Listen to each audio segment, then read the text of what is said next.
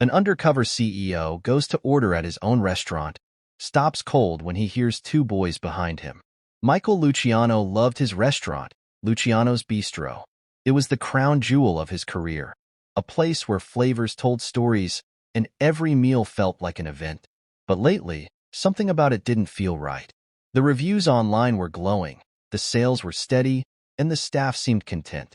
Yet, Michael couldn't shake the nagging feeling that he was out of touch with the heart of his business. So, he decided to do what he always did when he felt disconnected. Go undercover. Not as a waiter or a cook this time, but as a regular customer. Wearing a simple hoodie, jeans, and a baseball cap pulled low over his face, he walked through the doors of his own restaurant one rainy Tuesday evening. The staff barely glanced at him, just another customer in the dinner rush. He slid into a booth near the back, his eyes scanning the room. The restaurant was bustling. Servers darted between tables with plates of steaming pasta and trays of drinks. Couples leaned in close over candles at tables, while families laughed and shared bites of dessert. Michael smiled.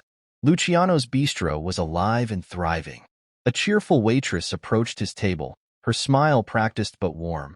"Good evening. Can I start you off with something to drink?"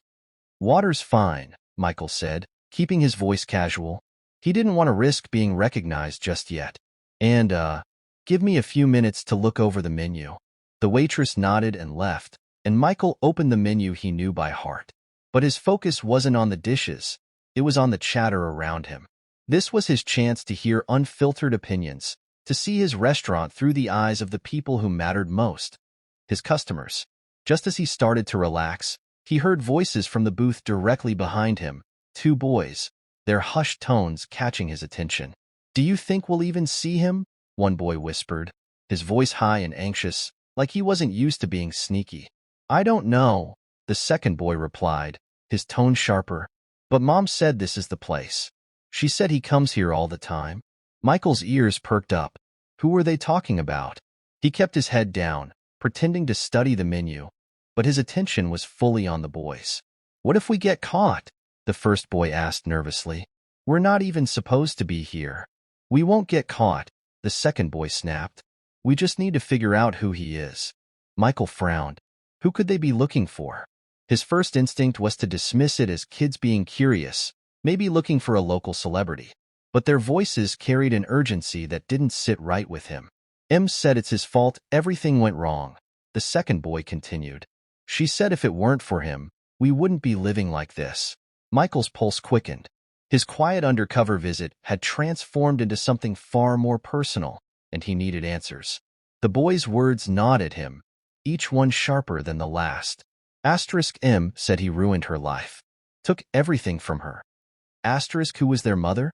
What connection did she have to him? Deciding he couldn't just sit and wonder, Michael subtly adjusted his cap, stood up, and walked toward the counter near the kitchen. From there, he could observe the boys without being obvious. As he waited for his food, he motioned for the waitress who had served him. "Hey," he said, keeping his tone casual. "Those two boys in the back, do they come here often?" The waitress glanced over her shoulder, then shook her head. "No, I don't think I've seen them before." "Why? Are they causing trouble?" "No, nothing like that," Michael said quickly. "Just curious." The waitress shrugged and walked away, leaving Michael alone with his thoughts. The boys didn't look like troublemakers, but their whispers suggested they were here for something, or someone. And the more he replayed their words in his head, the more certain he became. They were talking about him. Returning to his booth, Michael sat down and turned his attention back to the boys. They were still deep in conversation, their voices low but intense. "I just want to know why," the boy in the hoodie said. "Why he did it. Em never tells us the full story." The boy in the cap hesitated. "What if it's not him? What if we got the wrong guy?" "It's him," the first boy insisted. "Em showed me his picture. It's definitely him." Michael's breath caught. "They've seen my picture." His chest tightened as memories from years ago began bubbling to the surface.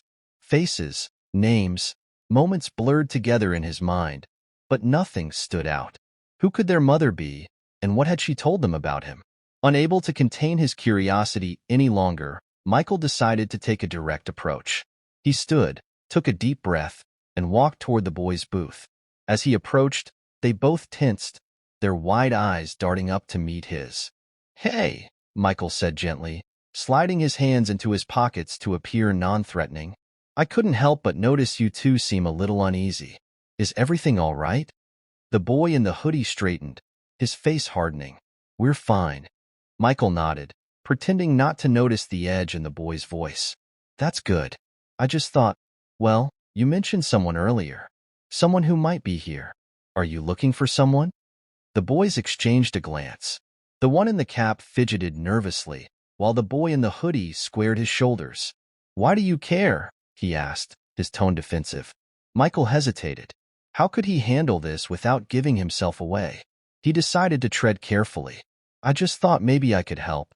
If you're looking for someone, I might know them." The boy in the hoodie narrowed his eyes, studying Michael's face. Then, as if something clicked, his expression shifted. "Wait a second," he said slowly. You look familiar." Michael's heart sank. He forced a small laugh. "A lot of people say that.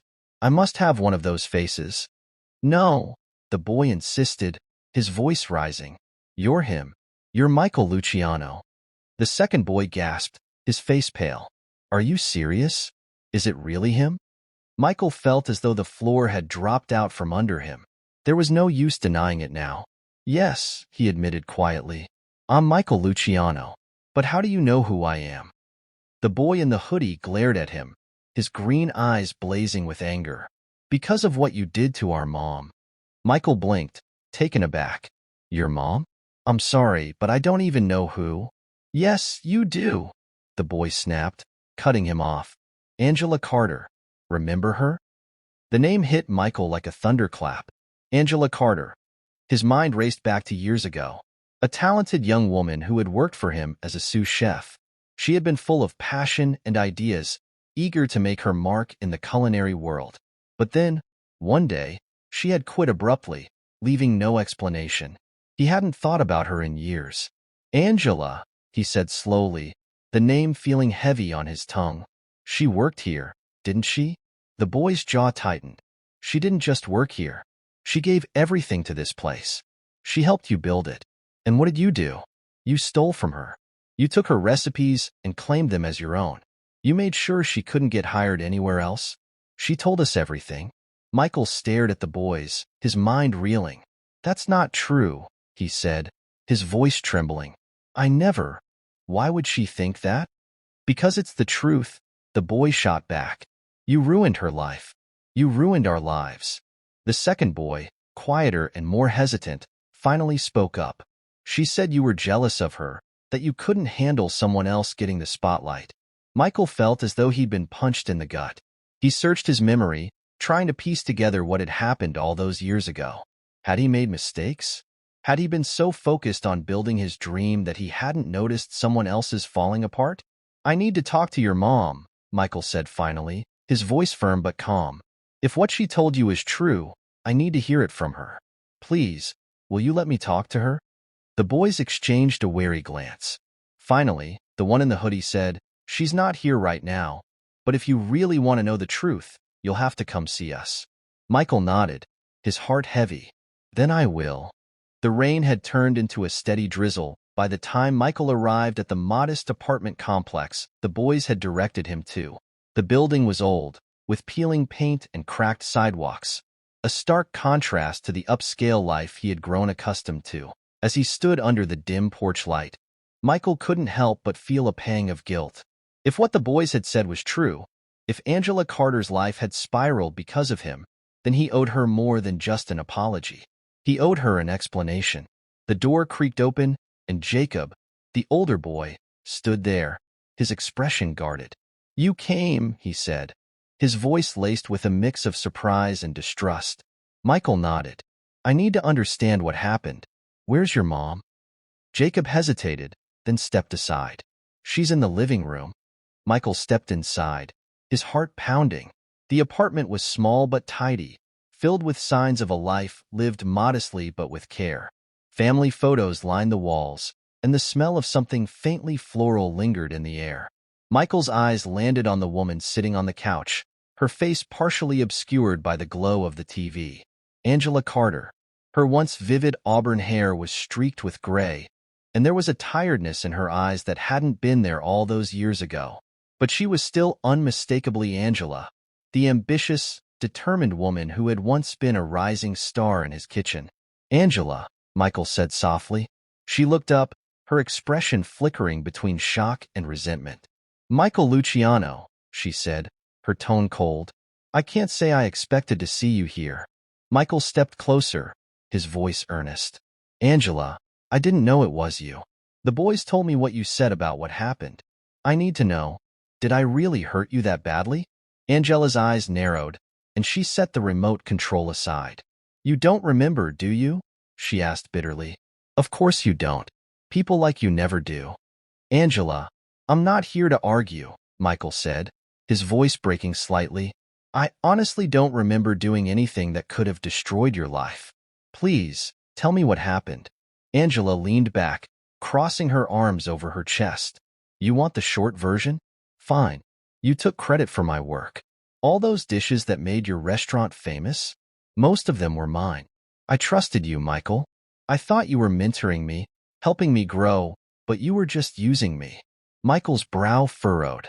Angela, that's not how I remember it. You were part of the team, an important part, but I never claimed your work as my own. No? Angela shot back, her voice rising. Then why did every article about Luciano's Bistro mention your name and only your name? Why did you ignore my contributions? And when I finally confronted you, what did you do? You blacklisted me. No one would hire me after I left. Michael's stomach churned. Blacklisted? Angela, I didn't. I would never.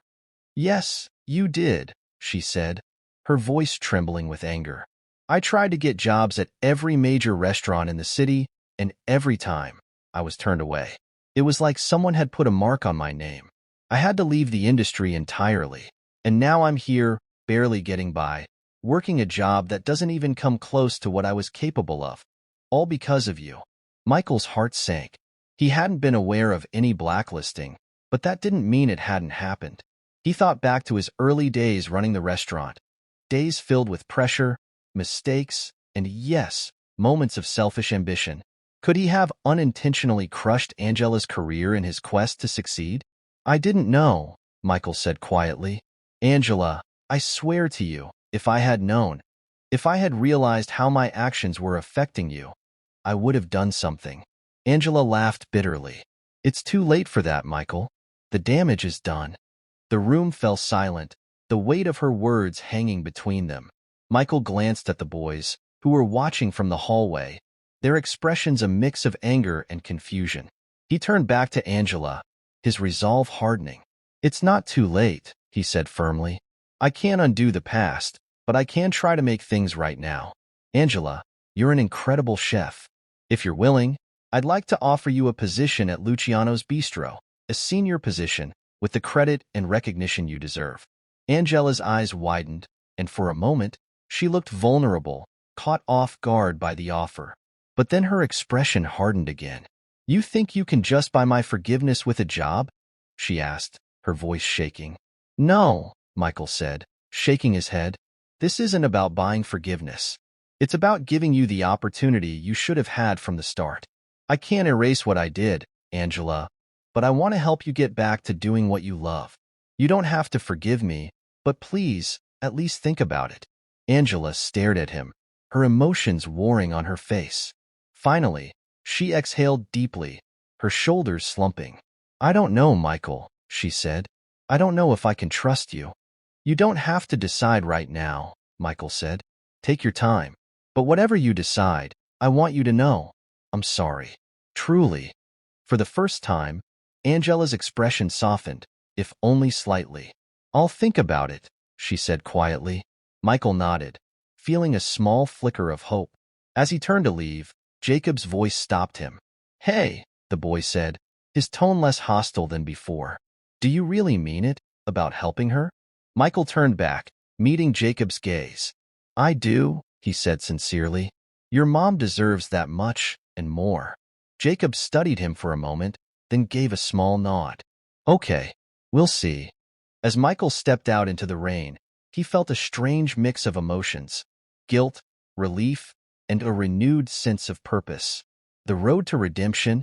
The road to redemption wouldn't be easy, but Michael was determined to walk it. The following days were a blur of emotions. The encounter with Angela and her boys had shaken him deeply. It wasn't just guilt, it was a sense of responsibility. He had built his success on the foundation of others' hard work. And while he had never intentionally sought to hurt anyone, his blind ambition had clearly left casualties in its wake. Now, he was determined to fix it. Michael sat in his office at Luciano's bistro, staring at the notes he had scribbled after his meeting with Angela. He couldn't change the past, but he could take steps to acknowledge it and create a better future for her, her sons, and himself. His first call was to an old industry contact, David. "I need your help," Michael began, leaning back in his chair. "Do you remember Angela Carter?" David's voice was surprised. "Yeah, of course. She was one of the most promising chefs I've ever seen. What happened to her?" Michael hesitated. I made mistakes, and she paid the price. I need to make it right." David listened quietly as Michael explained the situation. "Well," David said finally, "if you're serious about this, I think the first step is getting her story out there. The industry needs to know what she's capable of." Michael nodded. "That's exactly what I was thinking. Thanks, David." Hanging up the phone, Michael set a plan in motion. He reached out to food critics, local media, and industry leaders, sharing Angela's contributions to Luciano's bistro and highlighting her skills. At the same time, he worked on creating a new position for her at the restaurant, a co-head chef role with full creative control. A week later, Angela stepped into Luciano's bistro for the first time in years. She was greeted not with fanfare but with quiet respect. The staff, many of whom had never met her, had heard her story from Michael. They looked at her with admiration, sensing the significance of her return. Michael met her at the door, his expression earnest. "Thank you for coming," he said. Angela nodded stiffly. "I almost didn't, but Jacob and Ethan, they convinced me to hear you out." Michael smiled. "Your boys are smart. You raised them well." Angela's expression softened slightly. "They're good kids, and they want me to be happy, even if I'm not sure I can trust you yet." "I understand," Michael said, "and I don't expect your trust right away, but I hope you'll give me the chance to prove that I'm serious about this." Angela followed him into the kitchen, where he laid out his proposal. The co-head chef role, full creative freedom, and a public acknowledgement of her contributions to Luciano's bistro. He even showed her a draft of a press release he planned to send to local media. Angela read it carefully, her face unreadable. When she finally looked up, her eyes glistened with unshed tears. "I never thought I'd hear you say any of this," she admitted. "It's a lot to take in." "I know," Michael said. "Take all the time you need to decide. But no matter what, I want you to know how much I regret the way things turned out." Angela was silent for a long moment. Then she surprised him by extending her hand. "Let's see if we can make this work." Michael shook her hand, a wave of relief washing over him. "I won't let you down." Angela's return to Luciano's bistro wasn't without its challenges. Rebuilding trust took time, and old wounds didn't heal overnight. But as the weeks passed, the tension between her and Michael began to ease. Together, they created new dishes, blending her bold ideas with his refined techniques. The restaurant thrived, garnering praise for its innovative menu and the collaboration between its two head chefs. One evening, as the restaurant buzzed with activity, Michael stepped into the kitchen to find Angela standing by the stove, a small smile playing on her lips. "What's so funny?" he asked. Angela glanced at him, her smile growing. "I was just thinking about how far we've come. If you told me a month ago that I'd be back here, working with you, I wouldn't have believed it." Michael chuckled. "Honestly, neither would I. But I'm glad you're here. The place feels complete now." Angela nodded, her expression thoughtful. "It's not perfect, but it's a start." As the weeks turned into months, Michael began to see the restaurant in a new light. It wasn't just a business. It was a community, a place where people came together to create something greater than themselves. Angela's return had reminded him of the importance of recognizing and valuing the contributions of everyone who helped build that community. Jacob and Ethan became regular visitors at the restaurant, their initial distrust slowly giving way to curiosity and pride. They watched their mother thrive in her element, her confidence returning with every dish she created. One evening, as the boys sat at a table near the kitchen, Michael approached them with a smile. "You know," he said, "your mom is one of the best chefs I've ever worked with. You should be proud of her." Jacob looked at him, his expression serious. "We are," he said. Then, after a pause, he added, "And I guess we were wrong about you. A little." Michael laughed, ruffling Jacob's hair. "I'll take it." For the first time in years, Michael felt a sense of peace. He knew he couldn't erase the mistakes of the past, but he also knew that redemption wasn't about perfection. It was about trying, learning, and growing. And as he watched Angela and her sons laughing together in the restaurant that had once been the source of so much pain, Michael realized that the journey was just beginning.